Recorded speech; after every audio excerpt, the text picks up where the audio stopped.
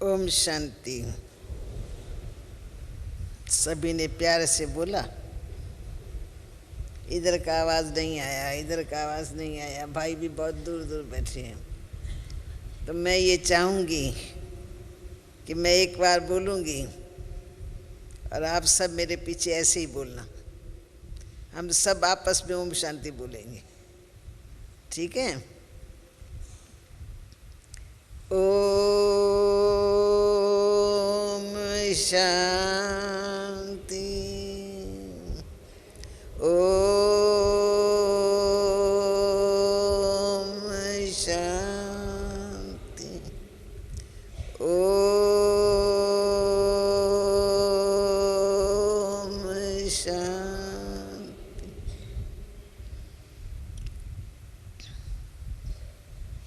हम सभी शांति वन में पहुंच गए हैं, शांति की शक्ति भरने के लिए। शांति का सागर बाप यहीं आकर के बच्चों से मिलते हैं, और बच्चे भी दूर दूर से पता नहीं कहाँ कहाँ से, देश विदेश से दौड़ते दौड़ते बाबा से मिलन मनाने आ जाते हैं।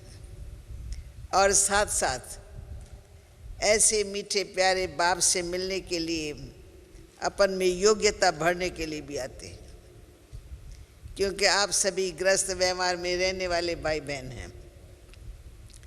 तो गृहस्थ व्यवहार में आपका मन कैसा रहता है? समस्याएं तो आए दिन बहुत बढ़ती ही जाती है।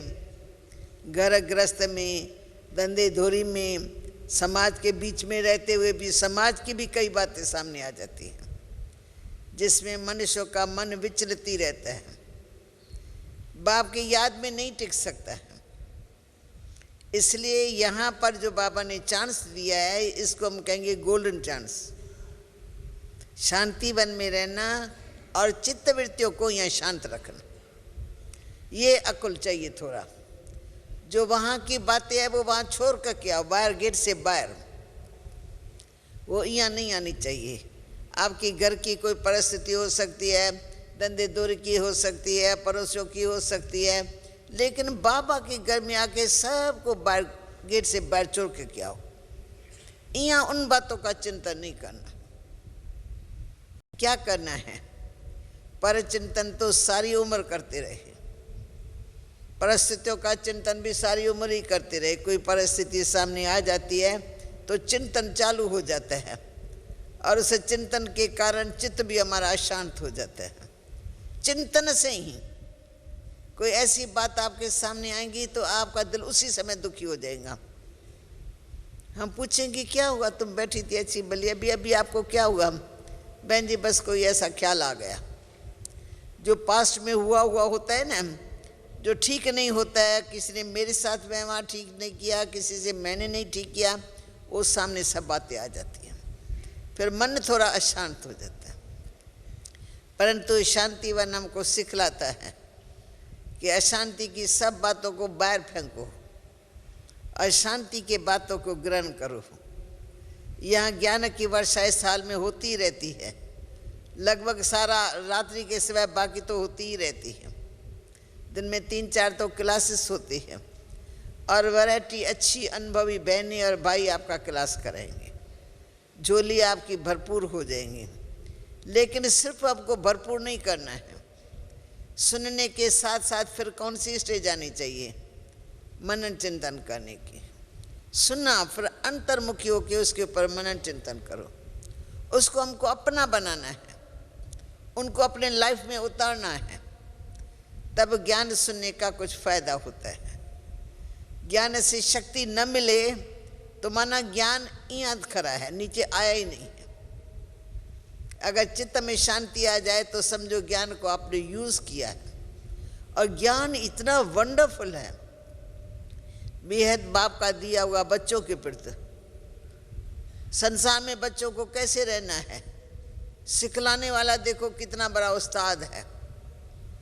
सारे संसार का क्रिएटर भी है तो पालनहार भी है, और पुरानी दुनिया का विनाश कराने वाला भी वही है। इतनी हाईएस्ट अथॉरिटी वो हमको रोज़ बैठ कर के पढ़ाई पढ़ाते हैं। मुरली हम किसकी सुनते हैं? शिव बाबा की। आज दिन तक भी शिव बाबा की जो मुरली है वो आज दिन तक भी हम सुनते ही आ रहे हैं। रिवाइज कोर्स चल रहा है। जो ब्रह्मा तन के द्वारा दिया हुआ है ना ज्ञान, वो हम प्रैक्टिकल में अभी सुनते आ रहे हैं, उसके ऊपर अपने लाइफ को बनाते ही आ रहे हैं। रियल गीता कोई छोटी नहीं है, रियल गीता बहुत बड़ी है। और थोड़े सार रूप में हम रोज़ बाबा की मुरली सुनते हैं ना, तो मुरली का सार भी हमारे सामने आ जाता है। तो हम बाबा के बच्चे हैं, प्रैक्टिकल में लाइफ में अपने आप में परिवर्तन लाने वाले। जब तक हमने अपने जीवन में परिवर्तन नहीं लाया है, शूद्र से ब्राह्मण बनने माना परिवर्तन, बहुत बड़ा परिवर्तन। फिर ब्राह्मण से देवता बनना है, परंतु ब्राह्मण बनने के बाद हमको क्या करना है? ब्राह्मण बनने के बाद फिर हमको सेवा करनी है। क्या सेवा करेंगे?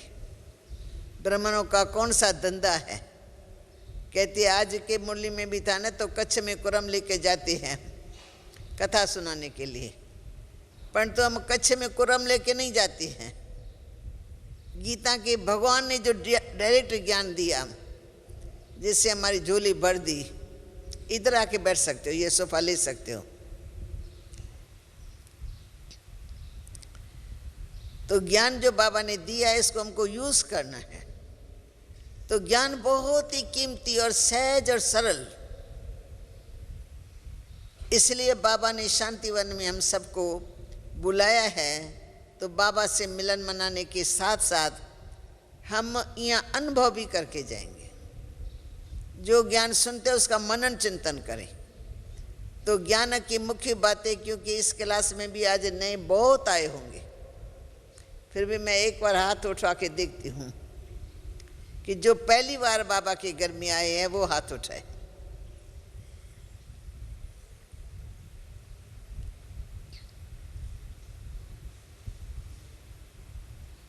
ठीक है, तो पहली बार जो आए हैं या दूसरे बारी तीसरे बारी, तो भी क्या होता है, आप अपने शहर में रहते हो ना, अपने सेंटर्स के कनेक्शन में आती हो जाती हो, किसी का सेंटर दूर है, घर दूर है, कभी कभार जाते हैं, परंतु वहाँ जाने के बाद जो सुनते हैं, फिर घर में मनन चिंतन करने का टाइम ही नहीं मिलता उन लोगों को। अपना सब्जियां काटना, बनाना, खिलाना, बच्चे आए, पोतरे आए, दोतरे गए, इधर गए इधर गए, और सारा दिन बेचारों का झमेले में ही चला जाता है। पर बाबा के घर में तो आप सब बातें छोड़ कर के आए हो ना। यहाँ सिर्फ आप अनुभव की खान बन जाओ, हर बात का अनुभव करने लग जाओ, रुचि से, लगन से। रात्रि को थोड़ी नींद फिटा करके बाबा के रूम में जाके बैठो और एक एक बात का लक्ष्य रखकर कि आज मुझे इस बात का अनुभव करना है, आज मुझे इस बात का अनुभव करना है। तो अनुभव की खान है ये शांतिवन। यहाँ चारों ओर शांति शांति, जैसे शांति का समुद्र है, और तो कोई है नहीं, दुनियावी बात तो है नहीं, कोई वातावरण ही नहीं है, चारों ओर कोई दुकान नहीं, कोई मकान नहीं, कोई गृहस्थियों का वो वातावरण नहीं। तो शांतिवन में हम शांति की शक्ति को जमा कर सकते हैं। उसके लिए अंतर्मुखता बहुत ज़रूरी है। मन का भी मौन चाहिए तो मुख का भी मौन चाहिए। मुख से इधर उधर की बातें सुनते सुनाते रहेंगे ना, फिर वही परचिंतन का झार यहाँ आ जाएगा। कोई कहाँ से आया है, कोई कहाँ से, तो मिलेंगे आपस में, फिर अपने सेंटर की बातें करेंगे, अपने टीचर के बारे में बात करेंगे, स्टूडेंट्स के बारे में बात करेंगे, घर गृहस्थ की बातें करेंगे। तो घर गृहस्थ का वातावरण तो वहाँ भी था, फिर यहाँ आने का फायदा क्या हुआ? बाबा से मिलने का फायदा क्या हुआ? हमको जिगरी फायदा होना चाहिए, बाप के दुआओं के हम पात्र बन जाए, ऐसा हमको संगम युग में काम करना है। जीवन सब जन्मों से उत्तम जीवन, 84 जन्म का ये लास्ट जन्म, 84 जन्म है ना, उसमें ये हमारा लास्ट जन्म है, जिसमें हमको भगवान की पालना मिलती है, भगवान की पढ़ाई मिलती है। और भगवान की पालना के अंदर, पढ़ाई के अंदर हम अनुभव अच्छी तरह से कर सकते हैं। जो जो श्रीमत मिलती है उसके अनुसार जो चल करके देखता है ना, वो बदल जाता है एकदम। कल वो मनुष्य था, आज वो देवता बन जाता है, फरिश्ता बन जाता है। क्योंकि दुनियादारी में रहते कई बातें करते हैं जो अज्ञानवश से या शक्ति न होने के कारण घर ग्रस्त में रहने वाले करते ही रहते हैं। पर अब हम ग्रस्ती नहीं हैं, अब तो हम भगवान के बच्चे हैं, ट्रस्टी बन गए।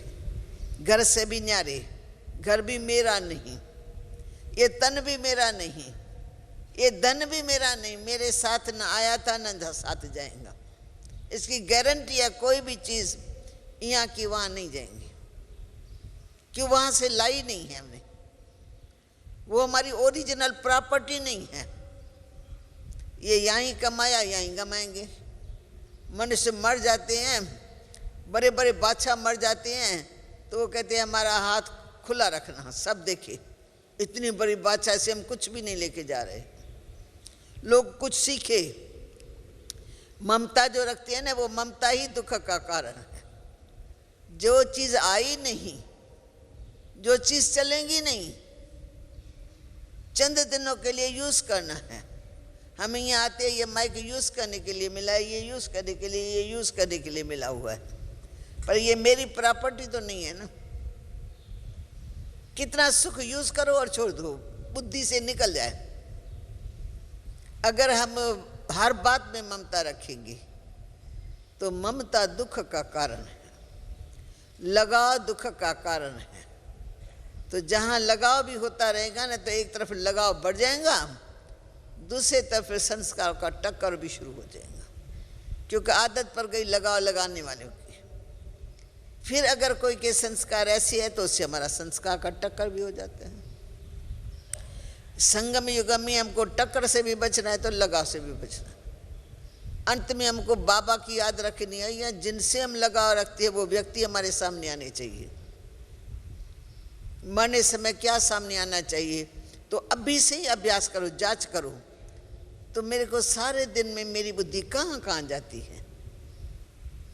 मैं खुद सरेंडर, कुछ भी मेरा नहीं है, बिल्कुल सेवा, उस सेवा के सिवा और कोई नहीं है।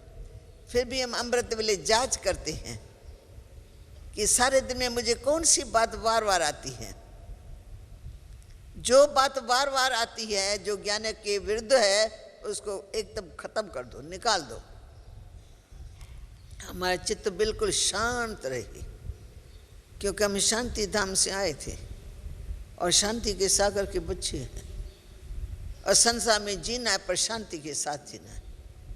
अशांत फैलाने वाली कोई बात मेरे अंदर में आवे नहीं, आवे तो उसको बाहर फेंकना, उसको अंदर रखना ही नहीं। बहुत सुबह की बातें आती हैं, या कोई ऐसी इच्छा होती है, इच्छा की पूर्ति नहीं होती है, वो संकल्प सताता ही रहता है, सताता ही रहता है। आजकल बहनों के सैंडल बहुत अच्छे निकली है, आजकल भाइयों के बूट बहुत अच्छे निकले हैं, साड़ियाँ बहुत अच्छी अच्छी हैं। तो कोई घर साधारण है, कोई घर अच्छा है। एक दो को देखेंगे, कहेंगे इसकी साड़ी बहुत अच्छी है, ऐसी साड़ी मैं भी पहनूं। अंदर में संकल्प उत्पन्न हुआ, ऐसी साड़ी मैं भी पहनूं। फिर लाने की कोशिश करेंगी, कोई ना कोई ऐसी बात करेंगे जिससे से वो चीज़ मुझे मिल जाए। अगर न मिलेंगे तो उनके संकल्प चलते रहेंगे, चलते रहेंगे, चलते रहेंगे।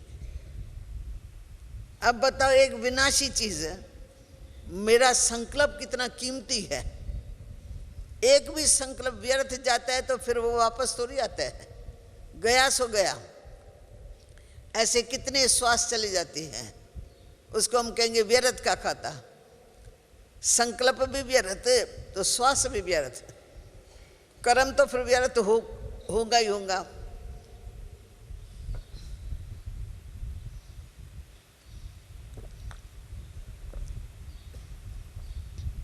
तो संगम युग हमको सिखाता है व्यर्थ के खाते को खत्म करो और समर्थ का खाता बढ़ाओ।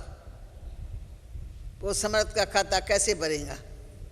ज्ञान के द्वारा, योग के द्वारा शक्तियां भरी जाएंगी और सब को गुणग्राही दृष्टि से देखिए। आपको दिखाई पड़े इनमें ये गुण है, इसमें ये गुण है, इसमें ये गुण है। गुण के सिवाय अवगुण को हम देखें नहीं, मेरा काम ही नहीं है अवगुण को देखने का। मेरा चित्त है, गुण अवगुण उसका है। अगर मैं अपने चित्त पर धरूंगी उसका अवगुण है तो चित्त तो मेरा खराब होगा ना, मेरे अंदर संकल्प विकल्प पैदा हो जाएंगे। आप इसका अवगुण चित्त पर रखो तो वो अवगुण वार वार वार वार आपके अंदर में चलता रहेगा और धीरे धीरे आपके दिल पर उसका अवगुण चढ़ जाएगा। जब वो सामने आएगी वो उसका अवगुण सामने आ जाएगा।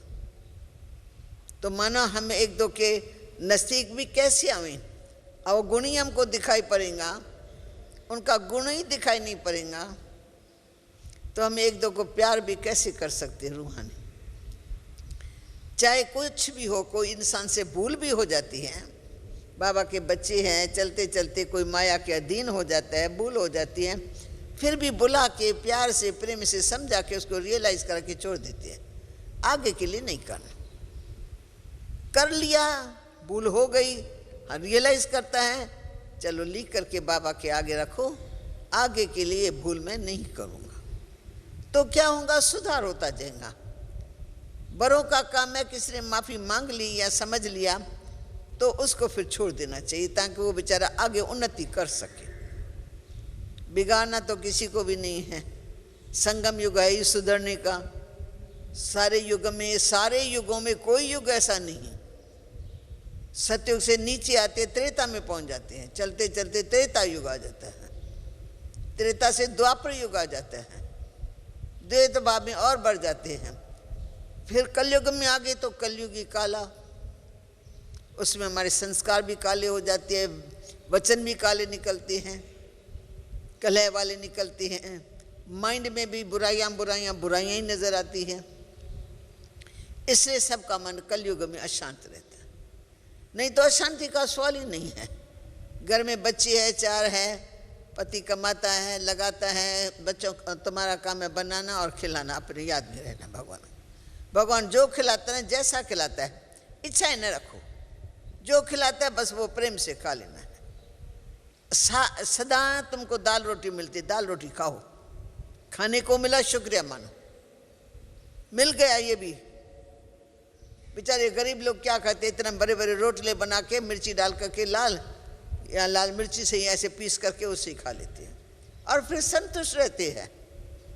और हम मालपुरा भी खाएंगे, पूरियाँ पकान भी खाएंगे, बहुत अच्छा खाएंगे, फिर भी मन संतुष्ट है। दूसरों को देखेंगे, दूसरों को देखने से हमारा मन खराब होता है, इच्छाएं और बढ़ जाती है। यह इच्छा मात्र में अविद्या। बाबा ने हम बच्चों को अपना बना के बहुत सुखी बना दिया। न किसी को हम देखते हैं, बाबा ने ड्रेस भी सबकी एक जैसी बना ली, खाना भी बाबा रोज भंडारे से बनवा लेता है। भंडारे में जो बनता है खाओ, प्रेम से शांति से खाओ। जो चीज़ सूट नहीं करती है उसको हल्का कर दो, कम खाओ, थोड़ा खाओ। बाकी शिव बाबा के भंडारे का भोजन सुखदायी है, हमको कभी दुख नहीं देता है। सिर्फ बाबा की एक आज्ञा का पालन करना है, तो याद में रह करके भोजन को स्वीकार करना है।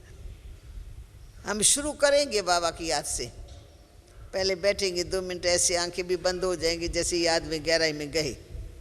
2 मिनट के बाद फिर शुरू किया ना, फिर ओम शांति, फिर 4 बातें इधर की हो गई, उधर की हो गई, उधर के, बस हमारा मनोरंजन हो गया। तो उससे क्या होता है, हमारा वो खाता जो है, जमा का खाता, वो नहीं रहता है, cut cut cut cut cut cut हो जाता है। ये संगम युग जमा का है, खत्म करने का नहीं है। जितना जमा करेंगे ऐसे हंसते हंसते बाबा के पास चले जाएंगे। जाने समय कष्ट नहीं होगा, बुद्धि कहाँ भी लटकी हुई न रहे, ये जांच करो। गृहस्थ में रहने वाली जितने भी बहनें हैं ना, सब ये जांच करें कि मेरी बुद्धि कहाँ कहाँ लटकी हुई है, अंत में मेरे सामने क्या क्या आएगा। अपने आप को आंखें बंद करके देखो, मैं जा रही हूँ, अब मेरे सामने क्या क्या आता है। समझते हो, इसमें बुद्धि मेरी जाती है, उससे अपने आप को पहले निकाल दो। तुम मर जाओ उनके लिए, न वो मेरे लिए न मैं उनके लिए हूँ। हम तो संसार में आए हैं जाने के लिए ही, आना माना फिर जाना शुरू हो गया। चाहे कोई कब जाता है, कोई कब जाते ही है ना। तो संसार में न्यारे होके कैसे रहे, कर्म कैसे श्रेष्ठ करे, सोचना भी श्रेष्ठ, बोलना भी श्रेष्ठ, और फिर व्यवहार भी श्रेष्ठ। मन शांत तब होता है जब हमारा सब कुछ ठीक होता है। मन भी बिल्कुल, मन में कोई बुरा न सोचो, किसी के लिए भी नहीं सोचो। सोचने वाला भले ही तुम्हारे लिए बुरा सोचे, पर इसका मतलब वो बुरा सोचे मैं भी बुरा सोचूं। वो बुरा सोचने वाला अपने लिए करता है, मेरे को अपने लिए करना है, मैं क्यों सोचूं। बाबा ब्रह्मा ने बहुत अपने संग में रख करके हम बच्चों को बहुत कुछ सिखाया। गाली देने वाले जो गालियां देते हैं, कभी बाबा का कर्म लौकिक में ऐसा नहीं। ऊंच क्वालिटी, ऊंच लौकिक में, अलौकिक में तो क्या सारे विश्व का पिता बन गया। कोई कर्म धर्म ऐसा नहीं, परंतु लोगों ने न जान करके नई नई बात देखी, नया नया काम देखा तो बस चमक गए।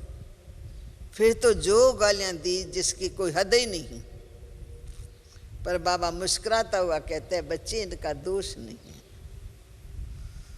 हम कहते हैं बाबा हमको नहीं, ये गालियां देते ना, हमको बहुत अंदर गुस्सा आता है, और किसी बात में नहीं आता है। पर हमारी माता होके अगर हमारे कारण है बाबा को गाली देती है तो बाबा हम सहन नहीं कर सकते, हमको बहुत फील होता है, इसलिए हमारी उनसे लड़ाई लगती है, माँ से नहीं बनती है। तो बाबा मुस्कुरा करके कहेंगे बच्ची उसमें उसका कोई दोष नहीं है, क्योंकि वो जानती नहीं है ना।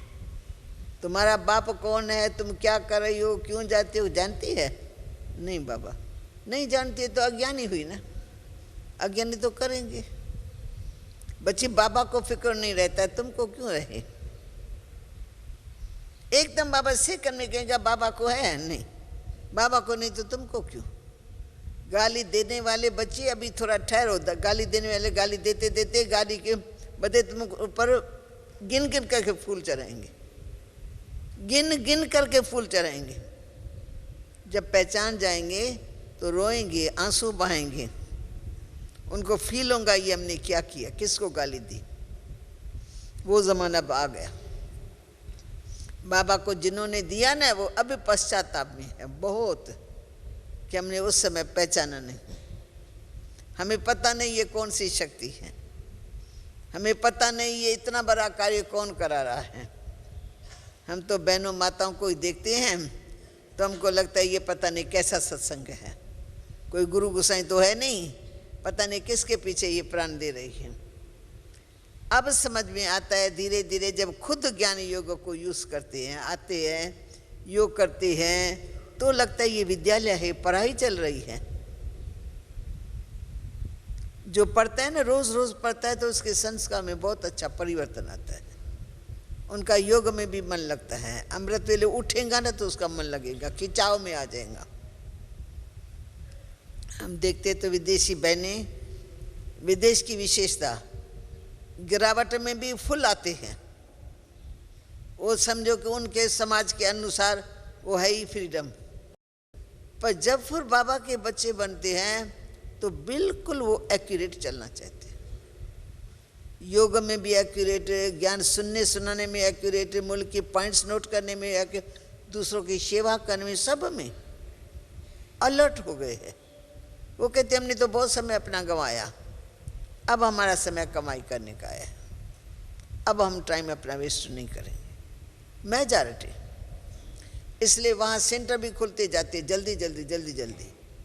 विदेशी बहनें ही विदेश में अपने बल से अपना सेंटर खोल देते हैं, टीचर्स का सहारा ले लेते, टीचर बीच बीच में आती रहेंगे, कमीशन भरोसे रखेंगे और सेंटर चलाते रहते हैं। तो धारणा अच्छी होने से आने वाले के ऊपर भी उसका अच्छा प्रभाव पड़ता है।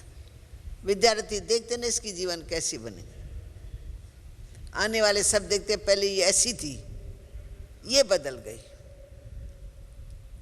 दिल्ली के अंदर एक माता थी, पड़ोस में आए दिन बहू और सास का झगड़ा लगता ही रहता था।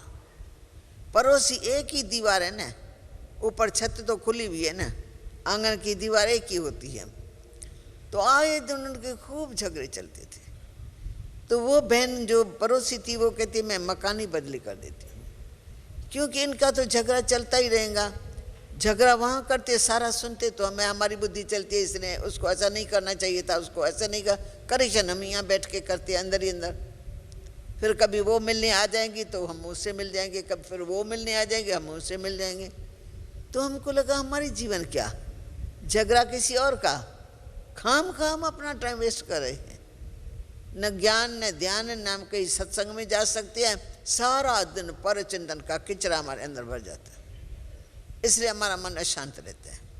तो उसने क्या किया, मकान बदली करने के लिए किसी को कह दिया कि भाई मैं ये मकान छोड़ना चाहती हूँ, अपना ही मकान था उसका, मैं टोटल छोड़ना चाहती हूँ, इस एरिया से निकलना चाहती हूँ, मेरे को एक अच्छी एरिया में मकान लेके दो। तो उसने कहा अच्छी में मैं क्या ध्यान में रखूँ, कैसी अच्छी चाहिए, पड़ोस अच्छा होगा। पड़ोस का कैसे पता लगेगा, तुम अच्छी हो तो पड़ोस आप ही अच्छा हो जाएगा।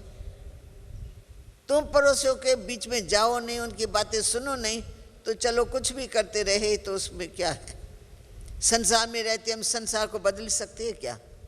सारा संसार लड़ाई झगड़ा मारा मारी कितना कुछ होता है, पर हम कहते तो होता ही रहता है, अभी इनमें हम क्यों अपना टाइम वेस्ट करें, हम अपना बचाव करते रहेंगे। तो संसार में आना माना झमेले तो आएंगे, बातें भी आएंगी, पर स्वयं को स्वयं का सुधार करना है। स्वयं को कोई भी बुरी बात अंदर में टच न करे, क्योंकि हमारा मन अंदर ही अंदर है ना, वो जो बुरी बातें हम जमा करेंगे ना, तो अपन ही बिल्ली अपन को म्याऊं म्याऊं करे। ये अंदर जो बिल्ली धारण कर लेते हैं ना, वो हमको ही म्याऊं म्याऊं करती है। अशांति फैलाने के संकल्प हम जमा कर देते हैं, बुराई देखेंगे, बुराई बोलेंगे, सुनेंगे, इंटरेस्ट लेंगे, तो वो सारा किचरा उनका उनका उनका सारा किचरा मेरे पास आ गया। अशांति की सामग्री इकट्ठी करके फिर आके शाम को 7:30 बजे के योग में बैठ जाएंगे, 7 बजे के योग में, सुबह को मॉर्निंग में लाल लाइट में बैठ जाएंगे, पर किचरा जो सारा दिन इकट्ठा किया वो कहाँ जाएगा? उसका अंदर नाश होगा क्या?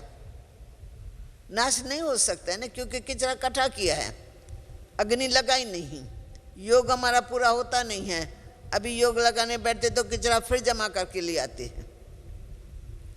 इसलिए सारे दिन में अटेंशन क्या रखना है कि हमको पर चिंतन करना नहीं है, पर चिंतन सुनना नहीं है।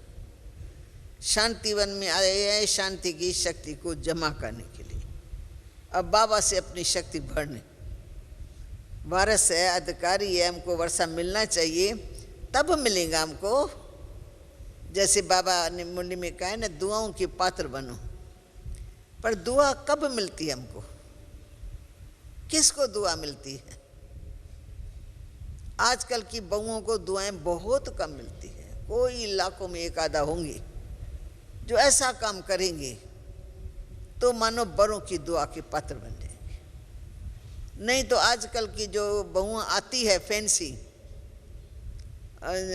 वो क्या करते, नौकरी करती है, चाकरी करती है, पति भी कमाने जाता है, वो खुद भी कमाने जाती है, कमाई करके आती है, थकी टूटी आती है। अगर उसको उनकी सास कहेंगी ना, तो बहुत मैं तुम्हारे लिए इंतज़ार कर रही थी, तुम आएंगी ना, तो दोनों के लिए ना 2 कप बना लेना, एक तुम पीना, एक मेरे को दे देना। तो उसको गुस्सा आता है, ये अम्मी है क्या है, मैं इतनी नौकरी करके इतना दूर दूर से थकी हुई, चाय के प्याले के लिए भी डाइट ठहरी रहेगी क्या? एक चाय का प्याला नहीं पी सकती है?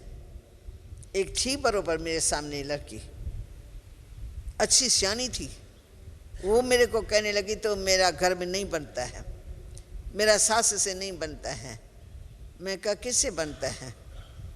तो कहा मेरा पति से तो प्यार है, वो भी दफ्तर में जाता है, मैं भी दफ्तर में जाती हूँ, कमाई करके दोनों आ जाते हैं, परंतु जब कमाई करके आते हैं ना तो उसको तो चाय का प्याला मिलेगा, और मेरे को मेरी सास इंतज़ार करेंगी तो मैं अलग बैठ के चाय बनाऊँ, इससे तो बहू रानी आएंगी, चाय का प्याला बनाएंगी तो मेरे को भी पिला देंगी। देखो कितनी अच्छी बात है।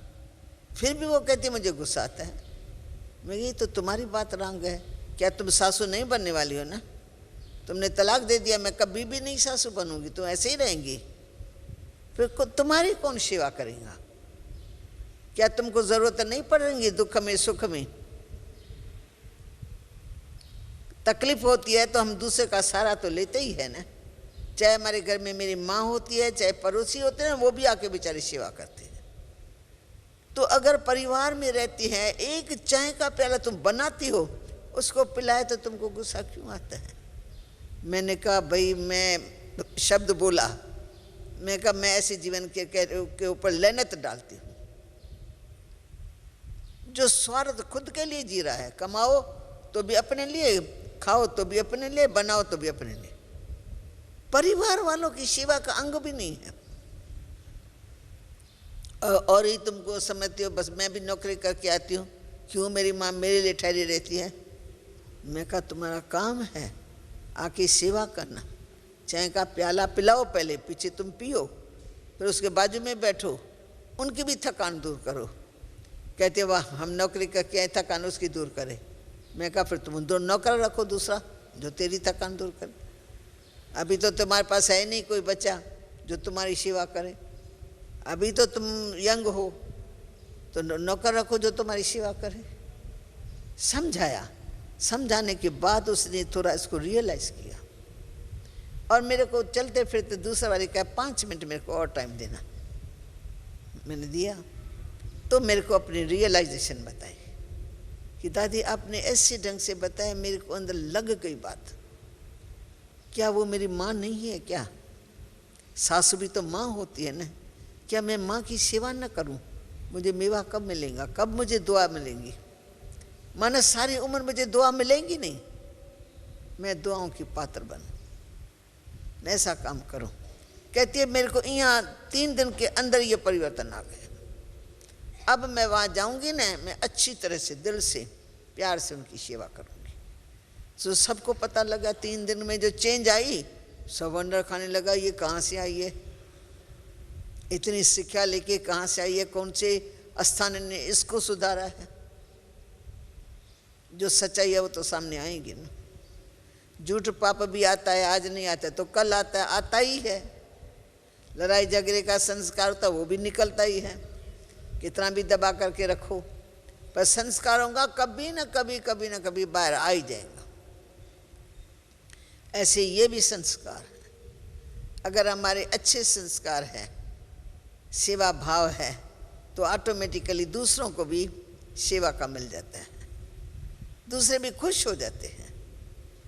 तो सेवा करना माना, शब्द कितने अच्छे, सेवा माना मेवा, दुआएं, मेवा माना दुआएं। ये फ्रूट ऐसा है जो खाओ तो हेल्दी बन जाओ। बड़ों की दुआ बहुत बड़ा काम करती है, बहुत बड़ा काम करती है। दुख में सुख में अगर बड़ों के दुआ का स्टॉक हमारे पास जमा है ना, तो हम अंदर में खुश रहेंगे। धन होगा न होगा, किसी को कुछ भी न हो, पर बड़ों की दुआ वो उनको बना लेती है शक्तिशाली। मेरे लौकिक में एक भाभी थी, भाई की स्त्री। एक छोटी थी वो भी तेज थी, एक बड़ी थी वो भी तेज थी। ये बीच वाली थी ना, सुशील स्वभाव की थी, नाम भी अच्छा था शील, स्वभाव भी अच्छा था और सेवा भाव भी बहुत अच्छा था। थी भी अच्छे बड़े घर की, परंतु घर में फिर साधारणता आ जाती है ना किसी कारण से, संस्कार अच्छे थे। तो घर में माँ बाप मनोलौकिक को भी बहुत खुश रखा अपने कर्म से, व्यवहार से, सबसे। और ससुराल घर में आकर के भी उसने सबको बहुत सुख दिया। चलते फिरते वो दुआओं की पात्र बन गए। तो मेरी माँ भी बार बार उसको दुआ देती थी। मैं कहा माँ इसने क्या किया तुम्हारे साथ ऐसा? कहती है हर वक्त तो अपने आप ध्यान रखती है, टांगों अपने आप आके दबाएंगी। मैं कभी नहीं कहूँगी मेरी टांगें दबाओ, क्योंकि मैंने अपने बहू के स्वभाव को जान लिया कि ये सुशील, ये देवी आई है मेरे घर में। मैं सबको कहती मेरे घर में ये देवी है। तो सास बहू के लेकर ये देवी है और दूसरे 2 बहुआं बैठी हुई है, उसको अंदर फील तो होगा ना। पर उनमें नहीं है गुण, तो फिर क्या होगा? गुण ही नहीं है सेवा करने का। तो उन्होंने अपने जीवन में सास का प्यार नहीं पाया, जिगरी। और इसने सास का तो क्या, पर ननंदों का और भी जो बड़े बड़े होते हैं सबका प्यार पाया। अंत में गई भी ऐसे जैसे हंसते हंसते गई। मेरे को तो ऐसे समाचार सुनाते जैसे बैठे बैठे चली गई, क्योंकि मैंने कहा देखो अंदर में बोझ नहीं था, परिवार में किसी प्रकार का बोझ नहीं, और सबके दुआओं की पात्र थी। तो व्यवहार भी अच्छा चाहिए, व्यवहार साथ चलता है। समाज में रहना है तो व्यवहार अच्छा चाहिए, कर्म भी अच्छे चाहिए। कर्म हमारे साथी है, जो कुछ मैं कर रही हूँ मेरे साथ ही साथ जमा हो रहा है। ऐसी गुप्त मशीनरी मैं कर रही हूँ, मैं सोच रही हूँ, वो सोच भी मेरे अंदर जमा हो रहा है।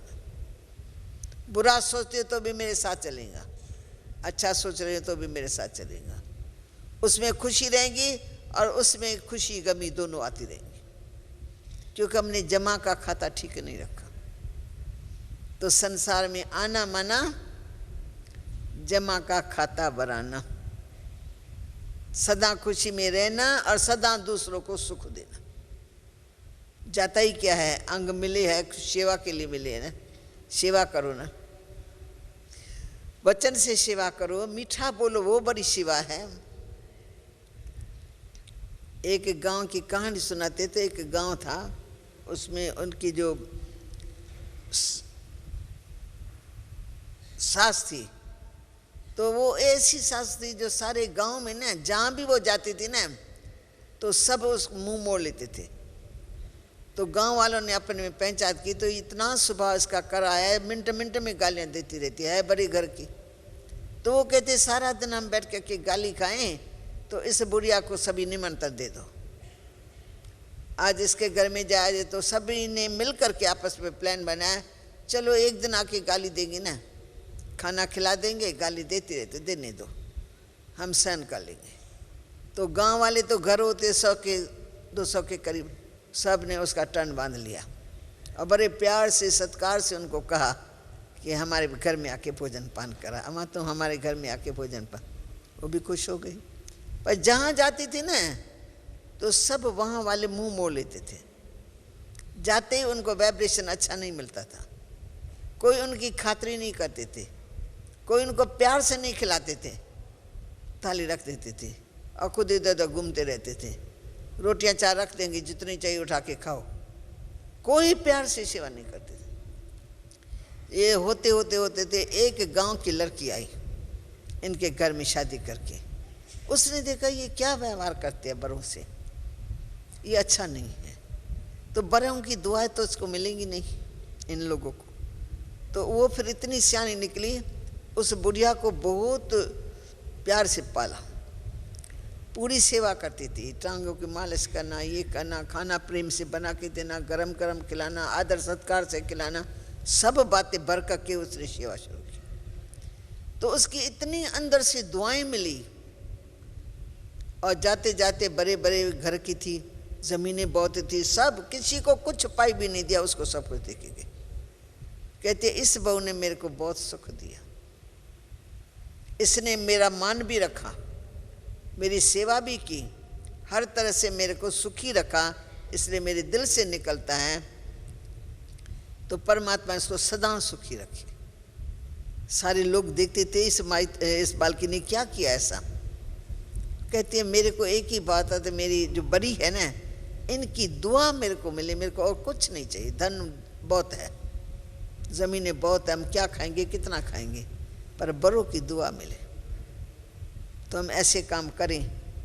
हम दुआ कहें कैसे मिलती है, जब हम किसी की जिगरी सेवा करते हैं, किसी को ज्ञान सुना के ना अशांत वाले वातावरण से शांति में लिया।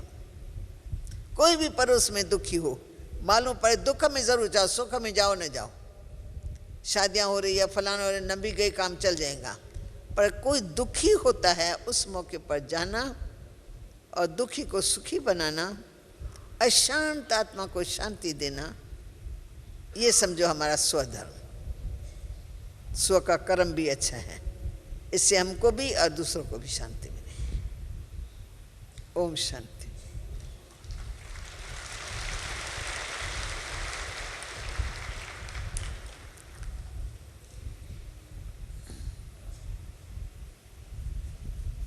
आवश्यकता है। ज्ञान की ये गंगा बहती रहे, संबंधों को मधुर बनाने की बातें सुनते रहें। दुआएं कैसे प्राप्त करें उसकी बहुत सुंदर विधि दादी जी ने हम सबको बताई। दादी